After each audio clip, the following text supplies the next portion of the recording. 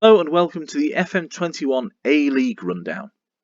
It's Sunday and each week here on YouTube in partnership with A-League FC we look back at all the news and results in the Mariners' massive universe. The transfer window is still open. We begin as always with Adelaide United. The Reds have signed Seol Young-woo on loan from Ulsan and he joins fellow countryman Park Joo-ho at Cooper's Stadium. Yared Ebertui, he is on loan at Heidelberg United, having rejected a host of teams, including West Adelaide and Croydon Kings. Jordan Elsey is set to sign for Brisbane Roar in the summer, so that will be the end of the campaign. That takes place on the 1st of August. Meanwhile, Adelaide have confirmed the signing of Rockdale City's Michael Neal for a fee of £20,000. Not sure what that is in Australian dollars, but subject to conditions, the transfer may eventually rise to £24,000. Speaking of Brisbane Roar, like Adelaide, they have offered a contract to former Melbourne City defender Richard Winbickler. He is set to make his decision in just a few days' time. Meanwhile, goalkeeper Jamie Young has signed a new 3-year deal at Suncorp Stadium. Really experienced here, 35 years old. Good signing, I think, for the future of Brisbane Roar. Last season, didn't start out as the number one in the gritty alternative known as Real Life. Max Crocombe did under Robbie Fowler. But I think Fowler the Prowler soon discovered the error of his ways and brought Jamie Young back where he's pretty much been ever since, barring an injury or two. Despite signing Jordan Elsey in the summer, Brisbane Roar will also acquire Stephen Lustica from Western United. So as Elsey leaves, Lustica will be in on the 1st of August. So Warren Moon making waves in the transfer market. Central Coast Mariners, again we are the subject to a takeover rumour amid plenty of transfer news. So wonder if Mike Charlesworth will be making a statement on this one. One or more interested groups are believed to be preparing offers. Jack Clisby, well, he could be on his way, I should say. He's rejected a contract already from Melbourne Victory, and now Melbourne City have come in. We were rejected by Jack Rodwell at Sheffield United, so the Mariners have an affiliate deal with Chris Wilder's side. Certainly was Chris Wilder's side when this was recorded, but Rodwell not getting a game there, he has rejected the chance to move to the Mariners and Gosford and get a bit of football under his belt. The issue following the Macarthur rumours, well, those will be addressed later on in the video. Okay, we will get back to that. Over at Macarthur, Jake Holman is choosing a loan destination. He's got the choice of Parramatta Eagles, Preston Lions, Macarthur Rams, Kingston City, or 2 other teams, but it's expected that he will be on his way very soon. The managerial role is very much still up for grabs. As you can see, the likes of Paul Ocon has been interviewed for the job, as has Tony Vidmar, who is believed to have attended an interview.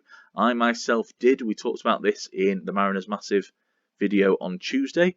If you've not seen that, go back. It's basically me looking at the possibility of taking over, as without revealing too much, I still have not accepted or declined the position. The approach is still there. I haven't moved the game on any further from where we were on Thursday, so I can still sign for Macarthur. There is a poll. It's on my Twitter page at @CharlieTangoFM, and indeed it was retweeted on A-League FC. For some reason, the sacking of Steve Corica, by Sydney FC makes headlines for Melbourne City. I think this is because Patrick Kisnorbo could be the next cab off the rank. He's 1-3 on in order to receive the pink slip, the dreaded pink slip, and he'll be off to the Labour Exchange. Scott Jamieson, he could be on his way as well, either to Perth, as you can see here, or to Sweden. So the likes of Malmo, Hammarby and Djurgårdens, no idea if that's how you pronounce it, but those teams, I seem to remember, were quite prominent in Championship Manager 01-02. Always a good few signings coming from Sweden, including the likes of Kim Kallstrom, Stefan Selakovic, and Jamieson could be going the other way. Could be heading over to Sweden, ready for the next season. Big blow here, Florin Berengare. He has pulled ankle ligaments in training, I believe, and as a result will be out for several weeks. A bit of a long-term absentee. It was indeed in training. And Ben Garuccio will be out for 2 months as well with a torn groin muscle. So plenty of problems at Melbourne City. And if Patrick Kisnorbo wants to keep his job, he could really do with his players being fully fit for him. Melbourne Victory, now they participated in one of the only 2 matches to take place in the A-League this week. They defeated Western United by a score of 3-1, with this man, Callum McManaman, on the score sheet with 2 goals, along with Rudy Justed. So it seems like, certainly in Football Manager terms, the Victory have got their 2 new signings up the top of the pitch playing well together.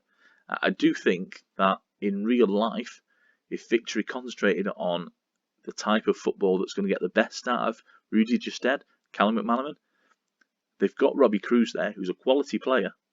They should be able to score goals. And we've seen it already. Justed, no stranger to a goal in the A-League. Victory are set to lose Elvis Kamsoba, one of our favourite players at A-League FC, to the original rivals, Adelaide United, from Melbourne Victory. They have, however, launched a bid for Green Gully's Jared Tyson, looking to bring in the 31-year-old goalkeeper. So a bit of a strange signing. Perhaps Max Crocombe not doing the business, and Matt Acton not up to stepping in to the breach.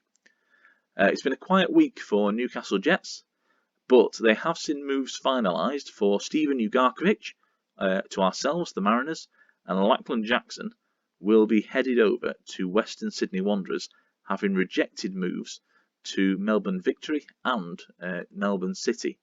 So Jackson choosing to continue his footballing career down at Bankwest Stadium. Perth Glory, now they need to trim their squad after bids for Jacob Melling and Josh Hope fell through due to the Glory squad size. A move for Gambian right back, let's get his name up here, Salif Kujabi, has been delayed due to a work permit. And as we mentioned before, Perth are indeed in for Scott Jamieson. So a bit of an interesting one, because Perth traditionally play 3 at the back, or have done for a couple of seasons now. So Jamieson more of a conventional left back, you would say. Certainly not as attacking as the Jason Davidson, which would be probably Perth's preferred option had he not departed abroad. So it'll be interesting to see how that changes, whether Tony Vidmar has brought in a 4 at the back situation there. Sydney FC, now they have signed Andrew Hewell, so he's come in from Broadmeadow Magic for around 10 grand. But that proved to be Steve Corica's last act as Sydney FC manager. The Sky Blues are looking for a new boss after he was sacked at Bimby, no longer at the club. They are currently in 3rd place in the A-League, but as we'll see later, the points deficit is quite significant. Amongst the favourites to get the nod is Harry Kewell, as Robbie Stanton has been placed in temporary charge of team affairs. A couple of managers from abroad as well being considered. Winger Brandon Lundy has joined Wellington Phoenix. He's come from Avondale FC for around 11 grand, but it may rise to 20k. In the process, he rejected offers from Melbourne City, Western Sydney Wanderers and Perth Glory. Tom Ahmed continues to be a target for new MLS club Charlotte FC. There's plenty of transfer news at Bankwest Stadium.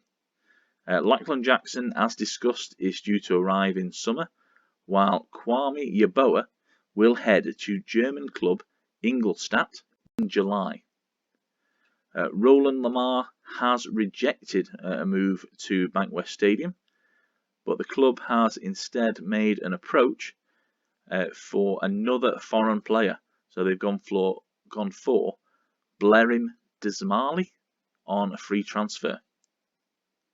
He's a Swiss international with a wealth of experience. Western Sydney triumphed in the Sydney Derby by a score of 4-0. Probably what put the nail in Steve Corica's coffin. Goals came courtesy of Bernie Abini, Graham Dorrans, Patrick Ziegler and this man, Nikolai Muller, who also finished the game with 2 assists. Western United suffered defeat against Melbourne Victory at Amy Park. Western's late consolation was scored by Andrew Durante. So the evergreen defender there getting on the score sheet well in extra time. But by that point, McManaman and Justed had pretty much finished off the game. As mentioned before, Stephen Lustica will depart for Brisbane Roar in the summer on the 1st of August. The A-League table shows, it makes pretty poor reading if you're a Perth Glory fan. Just 1 win all season, coming at home against Sydney FC. They've got 6 points. In contrast, ourselves at the top, we've only lost 1. That was an away tie to Melbourne City. 39 points on the board. In terms of the top 6 race, pretty much only the bottom 2 teams are out of it, I would say. The Jets with 13 points and Perth probably not going to take part. But Macarthur in 10th have got 16 points. 6th place Brisbane Roar, 20. So there is only 4 points in it there. I think there's plenty of opportunities for all those clubs between Sydney in 3rd down to Macarthur in 10th to make it into the final series where we will challenge for the A-League Championship. There are a full suite of fixtures this coming weekend. So Perth Glory are at home against Melbourne City. The Victory host Macarthur. Wellington Phoenix play Sydney FC. Now that's a big game, I think. 2nd versus 3rd. 2 good, entertaining sides. And you've got the same with the Wanderers and Adelaide in the 2nd fixture on Saturday. Sunday sees the Mariners in action. We host Western United in Gosford, while Brisbane Roar are up against Newcastle Jets to finish out the round. Now, I did mention before that there was a poll on my own Twitter page and indeed retweeted by A-League FC just to see where I should go. Should I accept the job at Macarthur FC or should I stay here in Gosford? I can tell you that overwhelmingly the percentage is in favour of remaining here in Central Coast Mariners. So I'm going to walk away live. Talks have indeed broken down. I will no longer be entertaining the job at the Macarthur FC, and I'll be staying here getting ready for the game against Western United with the Central Coast Mariners. I'll see you on Thursday for our regular slot. See you then.